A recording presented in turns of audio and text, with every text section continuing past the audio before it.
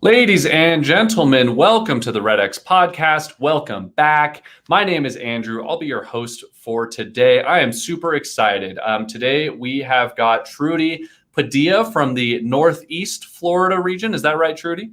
Yes, that's absolutely right. Northeast Florida. Excellent. Well, welcome, Trudy. We're so excited to have you. Today, Trudy is going to be talking about using GeoLeads, specifically using GeoLeads to maximize how she works with and provides quality service for her buyers, which is very important, especially in today's market. Things are crazy, and she's going to go into how she goes above and beyond to really provide a lot of quality and value for her clients. So before we jump into that, Trudy, I just want to welcome the audience. Let everyone know whether you're joining us on YouTube or Facebook or LinkedIn or on our website. Please, this is an interactive event. Chat in. Let us know if you have any questions or comments for Trudy. We will do our absolute best to get all of those answered. Let us know where you're from, too. We like to know where you're from, and we'll make this an interactive event. So let's go ahead and jump right into it, Trudy. Before we kind of get talking about GeoLeads and all these amazing strategies, could you give us just a little introduction? Let the audience know who you are and what you do.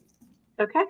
Well, I'm Trudy Padilla. I am the team leader for the Trudys Sell That team here in Northeast Florida. And we do cover the entire region of Northeast Florida. So all the way from Fernandina Beach down to Daytona and over to, I think I wrote a contract today in Keystone Heights. So I don't have boundaries, I think, when it comes to geography, but we go all over. And so love doing that. And I specifically, my background is in mortgage lending. I used to run fulfillment operations centers for large banks like Bank of America, Chase, and even Countrywide.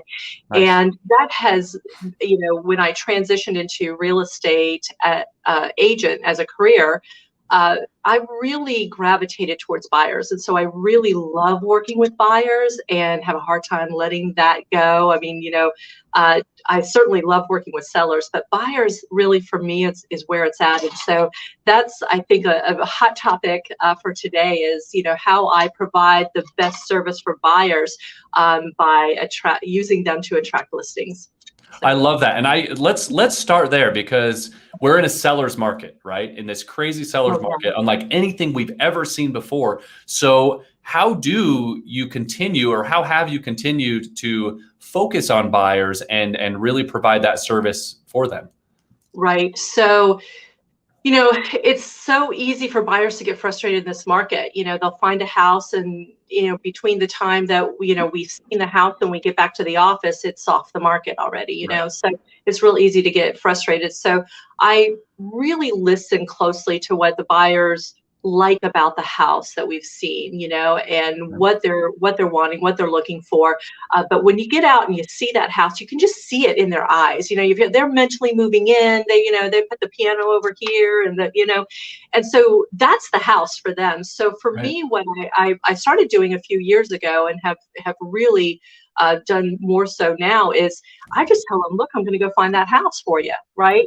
Okay. And that's what I do. And so, that comes in a variety of different ways. Sometimes it's real easy. It's a condominium, and boy, that, well, we know how to get those names, addresses, and phone numbers easy enough, right? But sometimes it's a very specific house. So a couple of examples. We've got a lot of new construction in St. Johns County, which is the county that I actually live in. And because of that, a lot of neighborhoods have very specific, different floor plans of different builders. Mm-hmm. If we find a floor plan, we walk in and, oh my gosh, this open concept is great, and I love the split floor plan, and I love the way the angle of this counter or whatever. I can find that floor plan, and then I go to I use GeoLeads to narrow into the neighborhoods and for me, sometimes I'll just call the site agents that I know and say, what neighborhoods did you build this floor plan in? And then I go to those neighborhoods. Builders never build the exact square footage, for each. So each floor plan has a different square footage. And then you just pull those square feet and you start making those phone calls. Now, here's the thing. Is it exactly the Cortez floor plan? I don't know. But I'm making phone calls to sellers, and that's really the objective for a real estate agent, is to have conversations with as many people as you can. And so the script then is a very easy script, which is, my Sam and Susie, my buyers, are looking for a home exactly like yours. And, are you ready to sell? Have you given any thought to selling? And, just let that conversation go where it is. It really is starting a short, conversation. sweet, and to the point, it sounds like. That's right. And really, often it is that blunt. Hey, this is going to come out of left field. You probably don't hear this every day, but I have a buyer that really wants your home. Have you given any thought to selling? And it always starts a conversation. And interestingly enough, what usually happens, I think we talked briefly a moment, like, do you how often do you follow up on geo leads? And is it sometimes multiple times in a week? Because what I have found is, when you start, if they're not expecting that phone call and you start that conversation, if you call back in 2 or 3 days, they've been talking about it. Wow, we hadn't really thought about it. But, when you plant that seed, sometimes that seed starts to grow. And so, often I will follow up. Another example is, I had a buyer that was really looking, they wanted a guest house. It was, mom and dad were moving in, and all of the multi-generational homes were just gone. We just, and, it's kind of a hard floor plan. So that's what I did. In that case, I actually went to my MLSs, and I found all of the homes that have ever sold ever, with guest houses. And that was a little bit more labor intensive, but actually it worked. I mean, we were able to find something for them. So, and so that was really, then I just kind of specifically put those addresses in. That took a little bit longer, is not my normal protocol, but those are some of the ways that I have used geo leads to really sort of do real estate matchmaking, if you will, between buyers and sellers. And again, the buyer, who else is doing that for a buyer? When the buyer knows that you're doing that for them, it's great. And here's the thing, activity breeds activity. You're still looking at the MLS. We're still looking at homes. We're still, on the hunt. And I'm updating them every day of the progress that I'm making. Right. And does it often lead? Very few times does it actually lead into the sale. But that's not, ultimately, I still need to have conversations with as many people as I can. And so what ends up happening then is, 5 or 6 months down the road, somebody from that neighborhood that I called, or that actually the guest house, they called me just last week. Hey, we had this conversation now. I think we're ready to go. So those are all the things that we as agents should be doing, and that's how geo leads helps me. And my buyers are very, very committed, very loyal to me. Well, I love that. And there is so much here I think we can unpack. I think this is a really unique and really thorough approach. I mean, it sounds like you're hustling. You're really hustling out there. So I mean, okay, I'm going to slow down and try and break down a few of these things here. The first thing I want to pick apart is, you said that you talk to your buyers, you find out exactly what they're looking for in a house or in a condo or a floor plan, whatever it is, you find exactly what they're looking for. And then you actually contact the builders of those properties to find more properties like it? Yeah. So, and so 2 years ago, that was an even easier process, right? Sure. Where, what floor plan do you have? They always just sort of modify the floor plans just a little bit. Right. So sometimes it's like, oh no, it's this floor plan now is what it's called. We added, 200 square feet or whatever. Close enough. Yeah. And this is right. And these are the neighborhoods we're building in. Well, now that's not as much of an option, because builder inventory is, every bit as low as, in fact, that's really the biggest part of our problem right now, is there's just not a builder inventory. So what I then did was, because I stay in touch with all of the seller builder reps here locally, I just keep talking to them about, well, hey, do you remember that Cortez floor plan, let's just say, that you guys built in this neighborhood over here? Do you remember where else you were building them, right? And inevitably they know. Now, often I'll know, right? I've been doing this here locally for 6 years. So, I've got a pretty good idea. But I had one in just south of here in Flagler County. There was a very specific floor plan, and so what I ended up doing was found out who the builder. It was built 15 years ago, and I found the builder, and then I went and just pulled the homes that had the same square feet by the same builder, and I actually found just off the tax record. Super easy to do. And then I use the geo leads to narrow that down. Wonderful. So the key takeaway here is what I'm hearing is building relationships with these builder reps. Yeah. How for a new agent, let's say I got my license yesterday and I want to follow a similar system here. Where should people start to go and find those builder reps and build those relationships? Yeah, so that is such a great question. So important. Actually, I do this with our newer agents. That we call it, New Construction Friday. And that's where we go out on, for a few hours in different locations in Northeast Florida and just hit the model homes for new construction. And so actually in Northeast Florida is pretty easy because the local builder council has an app that shows where all the model homes are. So it makes it super easy for us. But, you could just start with the MLS. It's harder today in Northeast Florida to use the MLS because a lot of builders aren't putting their inventory on the MLS right now. So it makes it a struggle. So really because they don't need to, right? They don't feel like they need to. That's right. And they would be right. They don't need to. So I'm pretty connected with our builders or local Northeast Builder Council, and so they have an app that actually shows where all of these homes are. And well, Jesse on Facebook asks, do you go through the Home Builders Association or something similar? Yeah, that's exactly what I do. Yeah. Okay, good place to start. And let's say I'm going to put myself in your shoes. Let's say you're a new agent, you approach one of them and they say, oh, we've already got realtors to work with. How do you kind of navigate that objection of establishing that relationship, I guess?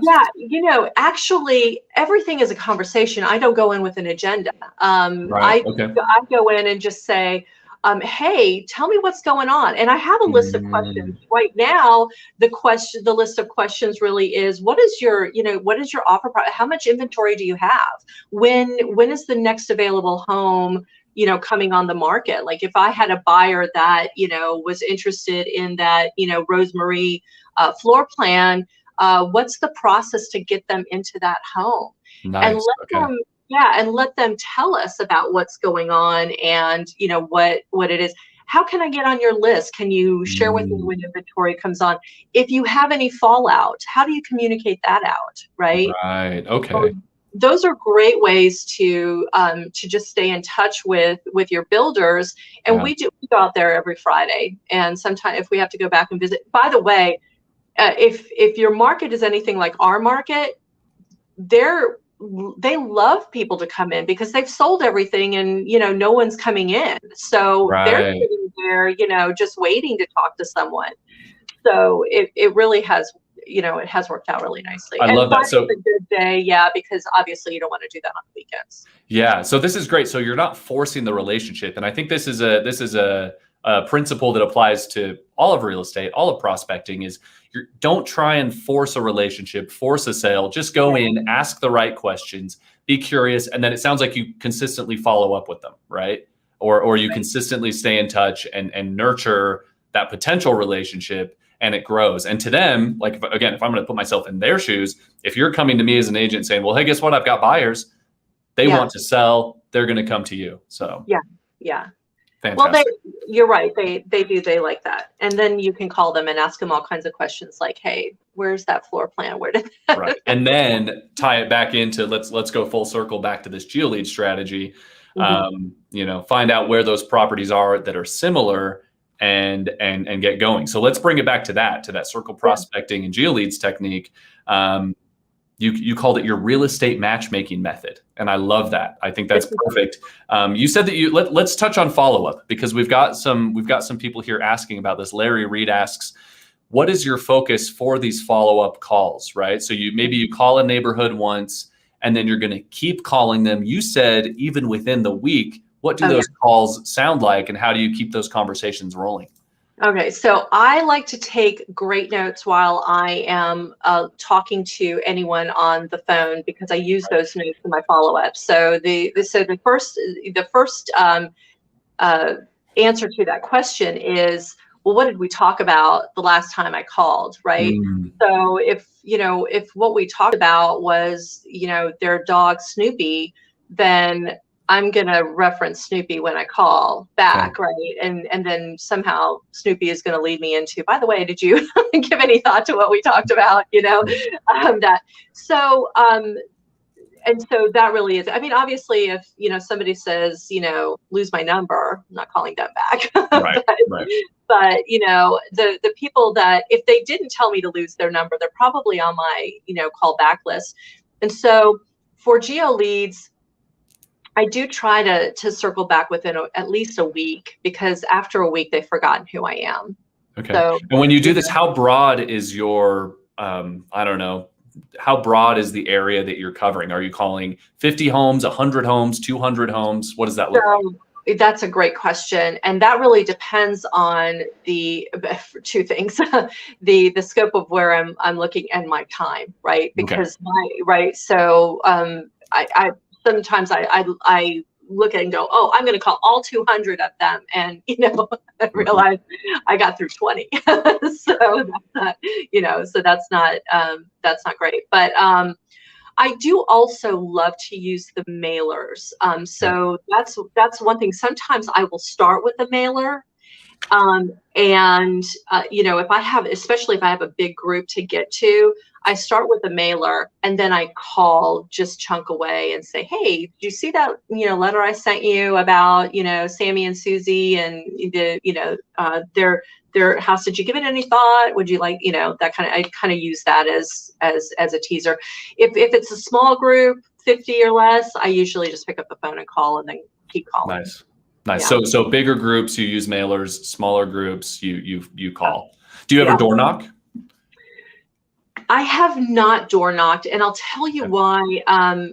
But now let me caveat that with, that will be happening later this summer. Okay. So I actually am leading a lead generation group in my market center here in Northeast Florida. Yeah. And that was one of my commitments, was I will go ahead and we'll start door knocking. And so we're going to add that actually to a routine. So to Door be knocking in continued. the summer in Florida, that sounds like I a hell of a know. commitment. Don't think that has been lost on me, but we're gonna No, make it shouts happen. out. I mean, that's a good commitment. I was going to say, if there isn't any, if there's, who else is going to be door knocking in the summer in Florida, right? So that is commitment right there. Right. Right. I love it. Yeah. I love that. Well, there's a question I want to answer here. Jesse asks, does REDX allow us to filter the house, the style of house and a GeoLead search, for example, someone who wants a certain type of home, maybe it's a ranch, split level 2-story, or would you just filter that or just call them all? I'll answer the first half of that, and then you can tell us what you do, Trudy. Is yes, Jesse, we allow you to filter by the style of home, the square footage, a whole bunch of different features there. All of that is usually within the building records and is usually on file there with the GeoLeads properties. So that is totally an option. What do you do, Trudy? Do you filter like that? Yeah, that's exactly. So if I'm looking for a particular style of home, then I will narrow it down to the neighborhoods that I know that it was built in, and then refine it from there. Just kind of use the building style. Usually it's the square footage is what I'm using to narrow it down. Obviously, if it's, now here's the other thing too. I have some clients here right now that are very interested in a very specific unit floor plan in a condominium. So that makes it it's even easier, because then I can, really refine the neighborhood and refine by square feet. So that's an easier list to manage, right? We're talking about maybe 30 people on that list. So that's just, those people are going to be my best friends here within the next 6 months. They're going to know me better than anyone. They're going to know me better than my family knows me. Totally. And I'm glad that you said that within the next 6 months, right? Because this isn't always, I mean, it's amazing when it is immediate return and immediate, sales and finding these homes for these buyers. But I love that you kind of gave that broader timeline, because I think that's a realistic expectations that a lot of agents, especially newer agents, need to set or reset for themselves, is that you can work as hard as you want, and you still might not get calls within the next week, 2 week, month, or 2 months. Sometimes it takes that 6 months of consistent follow-up, of consistent nurturing to get those people to coming back to you. Is that accurate? That's so accurate. And I think it's also such a really good affirmation to stick with it, right? You know, agents who have been in the business for 3 to 5 years are just now really starting to see the fruit of their labor, right? That's not to say that they're starving for 3 years. I mean, there are ways you're going to generate business, but the business really starts going on. Maybe autopilot's not the right way to say it, but you start really experiencing the fruit of your labor in that window, in that 3 to 5 year window, where you plan your calendar, right? You're managing your time, but you're going to have to start building in space for the things that you couldn't possibly predict. And the unpredictable, which are, the people that you called, 6 months ago, that all of a sudden decided now is the time. Can you come and list me? Well, how do you know that you can't predict that? But that's what happens when you're consistent, when you're following up. And so, yeah, it's important that everyone have a follow-up plan, right? Drip campaigns or whatever it is that you do. But you definitely want to stay top of mind. Like I said, those folks in that condominium, they're only going to know Trudy. Right, totally. And I'm glad we're heading in this direction, because this is kind of one thing I wanted to touch on is, as you build this, for lack of a better term, we'll call it a huge database of people that at least you've talked to, or people that at least you're on their mind. How do you sort and prioritize this database, right? Because it's not necessarily your sphere of influence, right? It's not people who know, like, and trust you. They just might know who you are. So how do you sort and prioritize that database? Or do you just kind of do the same thing for this whole pool and eventually they come to you? So that's great. I put everyone, so they kind of go into short-term plans and long-term plans, right? Okay. So if I'm in the early phases of calling or of reaching out, they just hit my radar. I'm probably going to be reaching out to them at least 8 times within a 2-week period, right? Wow. So, and that's a number of different ways. And actually, I forgot to mention something. I'm going to mention it now. Please. REDX actually gives us email addresses. And, just like the phone numbers, we can't text if we don't have permission. We can't call if they're on the do not call list. Yes. We can't really email unless we have permission to use their email. You know what we can do? We can put them in AdWorks. Nice.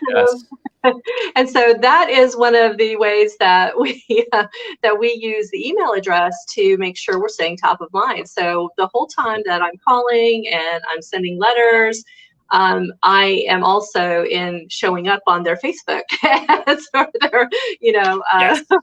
That's right. They're seeing Trudy. Trudy, I can sell that.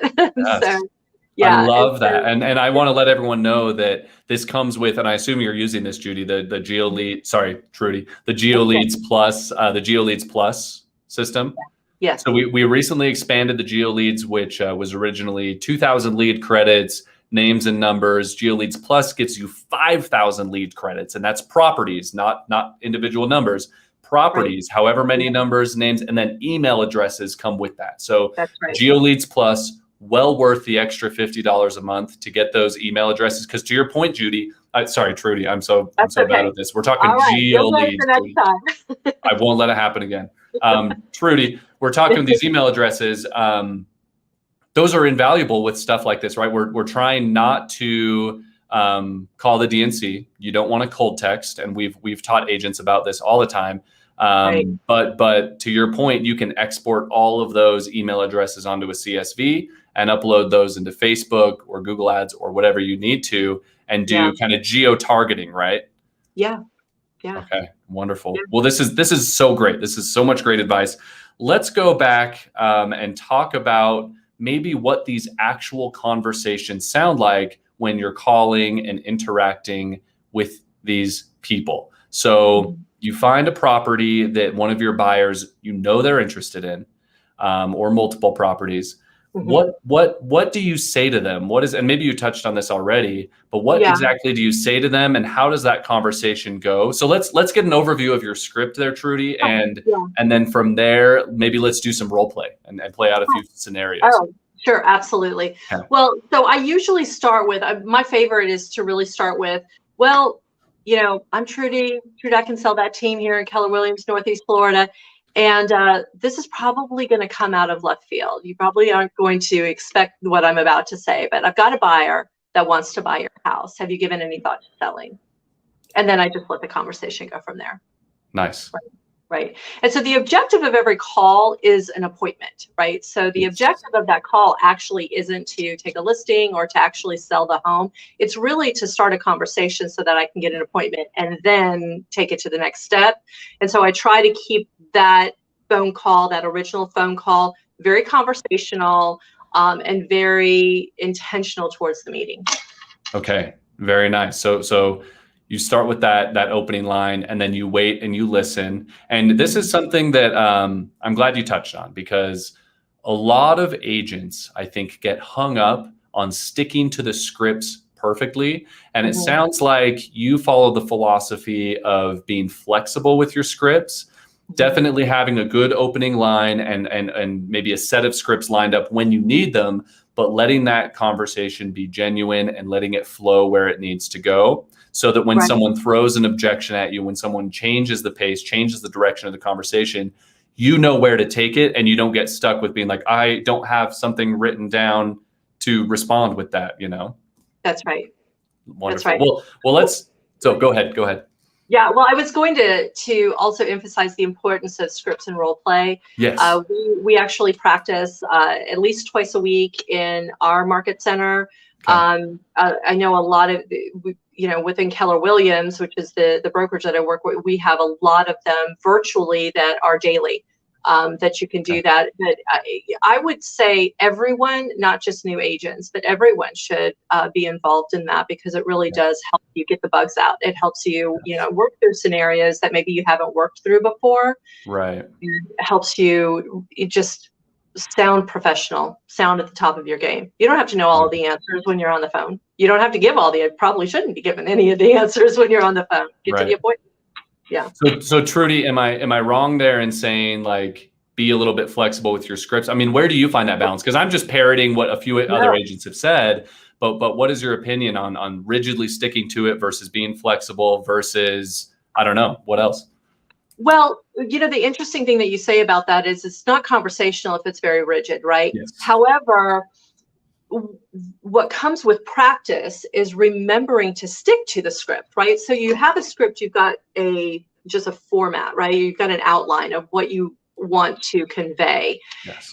When you practice that, you become more adept at sort of bringing the conversation back around to where you want it to go, and then it sounds conversational. So it really does require practice, in my opinion, to get to a point where you get comfortable with, talking to buyers and sellers and keeping it conversational, but also staying on track. Okay, wonderful. Well, if you're open for it there, do you want to do a little bit of a role play call or work through a couple scenarios? Yeah, absolutely. Okay, wonderful. Well, I'll be the homeowner. I'll be the geo lead. Go ahead and call me with one of your, representing one of your buyers. Okay, bring. Hello. Hi, is this Andrew? Yeah, this is Andrew. Hi, Andrew. This is Trudy Padilla. I am the team leader with the Trudy I Can Sell That team here in Keller Williams. Andrew, do you still own 10 Main Street? Yeah, I do. Why do you ask? Well, this is going to come out of left field. You probably have not heard this one yet, but I have a buyer that really wants to buy your home. Andrew, have you given any thought to selling? You are catching me out of left field. I haven't recently. I know the market's crazy, and we actually just refinanced our house. So selling, hasn't really been top of our mind recently.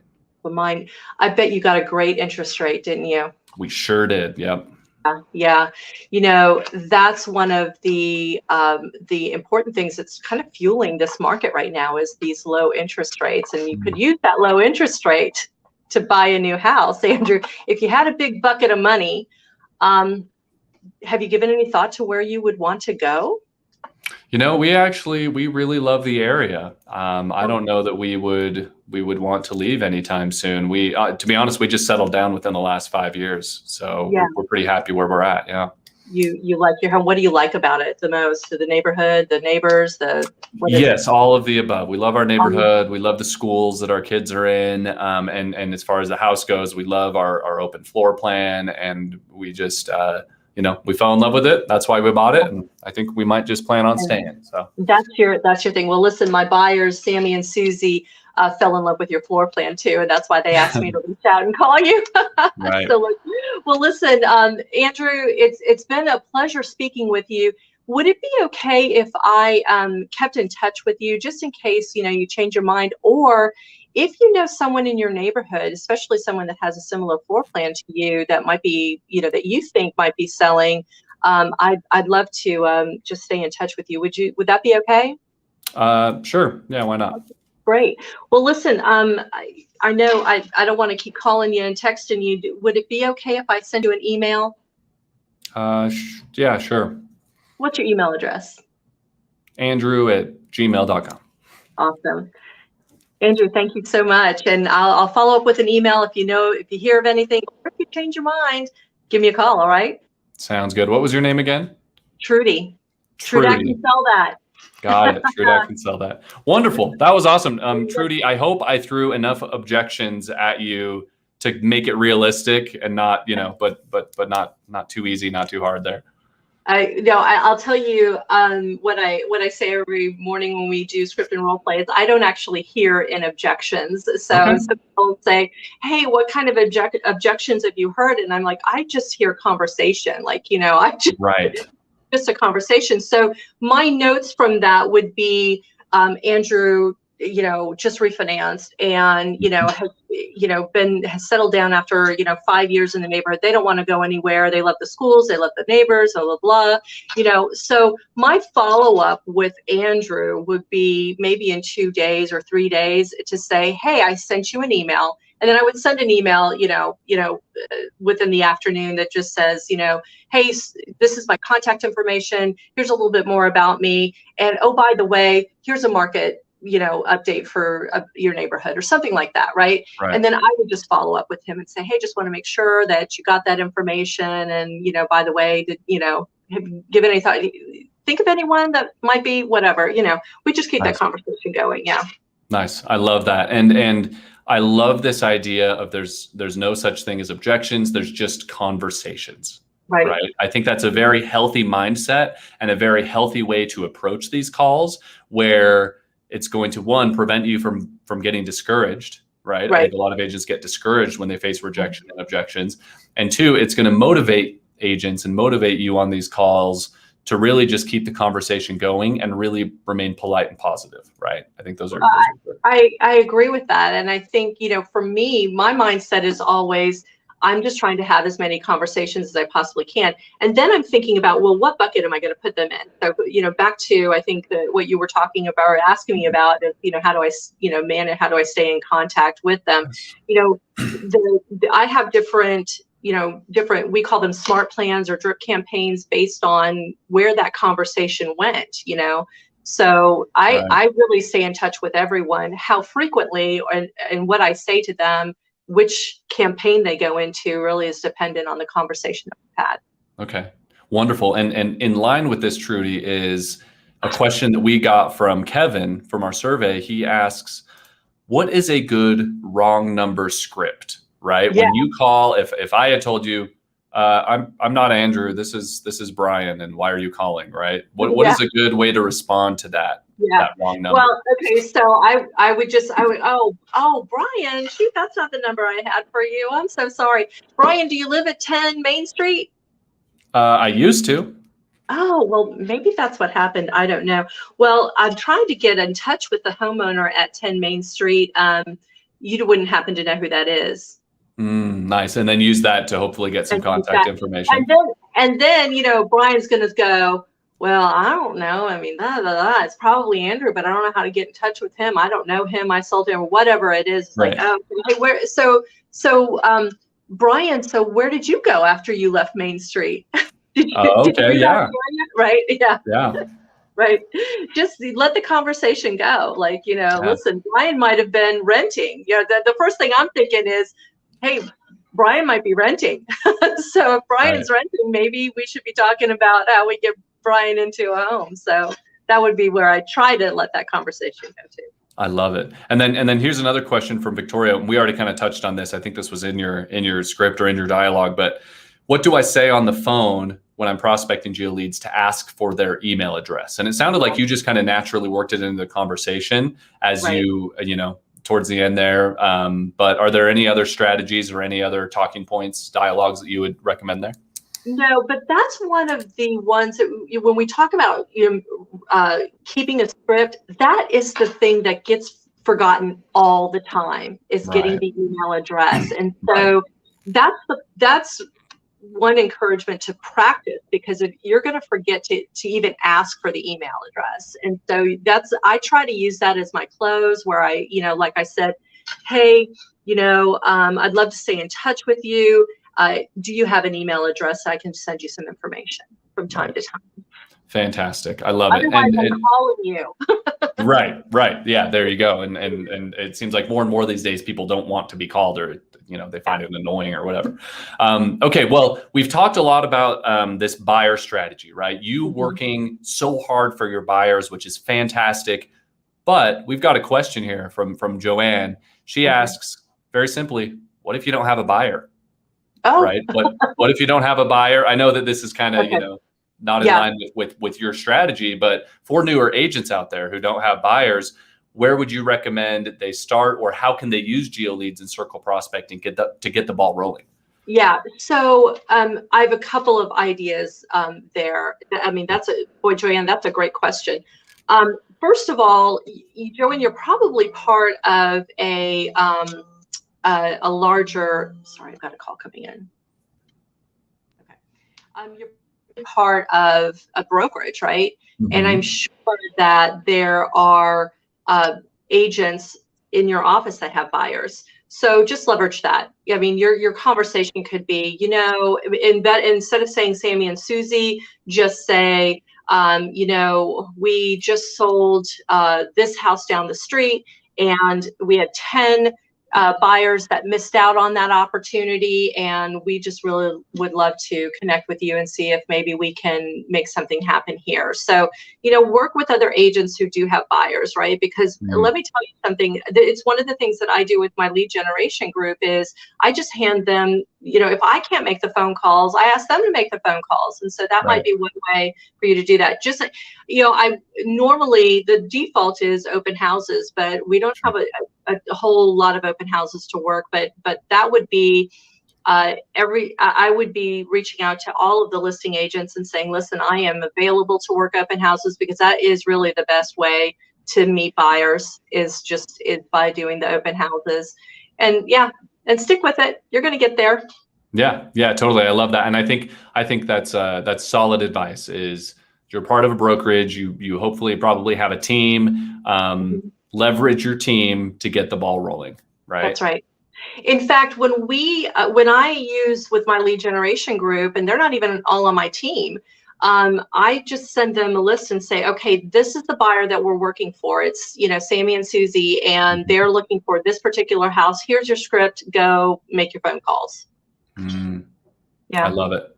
That's fantastic advice. Well, we're kind of approaching the end of the podcast here. I have one more question, and then I'll let you kind of give your final thoughts here. But let's talk about lead gen budget just before we end here. A lot of people are asking what they should do with their monthly budget, how much they should budget, and answers range from like, oh yeah, take your sphere out and buy them a cup of coffee, or buy certain lead types. What would you tell a new agent, or where would you tell a new agent to invest their monthly lead gen budget? Okay, well, interestingly enough, I am cheap. I do not like to spend money. So I don't have a huge lead generation budget, but clearly the bang for the buck for me is really with REDX. I mean, I think the amount of information that we get is really important. So my husband is actually my CFO, and we go regularly, at least quarterly, and review our budget. And there are some items on there that I'm free to let go. REDX is never one of them, because I just think the content, I mean, if you just want to make phone calls, you got numbers, you've got names, I mean, it just makes it as easy as it possibly can be. I don't think it has to be, it doesn't have to cost a lot. You don't have to spend a lot. What you have to do, though, as an agent, especially in the early days, is just work harder. You've got to show up. You've just got, and I'll tell you, for me, as an agent, I did a lot of referrals. I'm located in St. Augustine, so Jacksonville agents did not like to come to St. Augustine. So I made it a point to reach out to Jacksonville agents, both within my brokerage and not. And so I received a lot of referrals from other agents. And I think that, so there's a lot of low cost strategies that I think that you can do. The open houses are a good one. So I don't know that you need to go and spend a lot of money. I would especially discourage you from spending money from, with the online leads that they're just, I'll tell you, they're not worth it. And the only way you're to make right now, the big teams are spending tons of money. You're not going to compete with that. You're just not going to get enough quality leads to make it worth it. So I would avoid that if at all possible. Just get out and talk to people. That's all you need to do, is stay top of mind. Call your sphere, remind your sphere, let them know what you do and who you are. Reach out to other agents. Can I help you? What can I do for you? And just talk with as many people as you possibly can, because everyone needs a home. Yes. My very first sale was from a lead from a realtor, and she said, "You can have this, no referral fee, because it was a rental," right? Oh, okay. So I went, and what was I going to do? I wasn't doing anything else. I'm driving them around, showing them rental properties, helping them with applications, and we just kept, they just kept getting rented right out from under them. Right. And so, of course, as we're going, and I'm saying, hey, have you thought about buying? What is there any objection to buying? We're just having those conversations, and ultimately, they ended up buying. It was my very first sale, and they bought a new construction home, and I got paid 4% commission, no referral fee, just because what else was I going to do? Take those renters out. Renters become buyers. So get to know people. Yeah. Well, that's fantastic advice. It sounds like, above all else, outside of finances, budget your time. Yes. Right? Budget your time, hustle, work hard. And a lot of that needs to be about building relationships and having quality conversations, whether it's with other agents, whether it's with geo leads or other buyers. And I'll speak to this a little bit. If you are interested in geo leads, it's $50 a month for those 2,000 credits. If you can't find at least a little nugget of gold with 2,000 solid leads, or 2,000 names and numbers, then again, go back to budgeting your time, and that's fantastic. Thank you so much for that advice, Trudy. Yeah. I want to give you just the last word here. Any final advice, any closing words that you want to leave with our audience here today? Let's hear it. Yeah. Well, I know there's probably a lot of newer agents on here, and I know that this can be a tough market. Don't get discouraged. Just keep going. Most of the really big names in real estate that you know of today made it in 2008 when the market was falling apart. Yes. Right. So, just keep putting one foot in front of the other. Andrew, you said it so well. Time management is probably your best friend right now. Look at your calendar at the beginning of the week. If you don't have things, lined up on your calendar, put them on your calendar. you know, Tuesday might be the day you go and look and meet with builders. And maybe you need to, you know, maybe you go to a Chamber of Commerce meeting, or maybe, you know, your objective is to talk to as many people as you possibly can. And so that's what your calendar should look like. And just don't give up. Just keep doing it. Keep going for it. Words of wisdom from Trudy Padilla. Thank you so much, Trudy. This has been such an amazing show. So much value that we've packed into just this short 45 minutes here. It flew by. I want to let the audience know that if they want to catch a replay, if they want to revisit this and kind of unpack this a little bit further, we have this published on YouTube, on Facebook, on LinkedIn. We also publish it on any podcast platform, Apple, Spotify, Google, wherever you like to listen. Please go like and subscribe, revisit this. Trudy, if they want to reach out to you, whether it be referrals or they just want to talk to you, where can they find you?